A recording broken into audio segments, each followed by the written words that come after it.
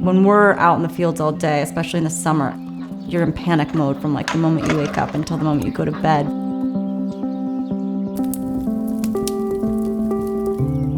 What I love about cooking is if the farm is my office, my kitchen is my happy place.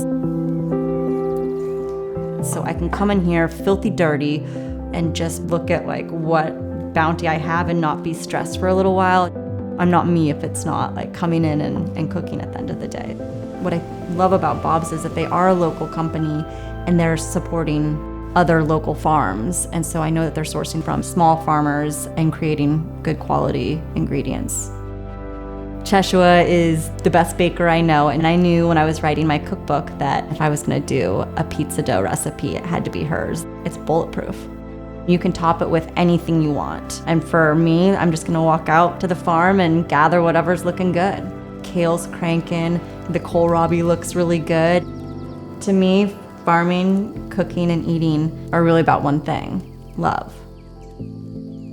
Yeah, baby. There's a pizza for every season, but the heart and soul of a good pizza is its crust.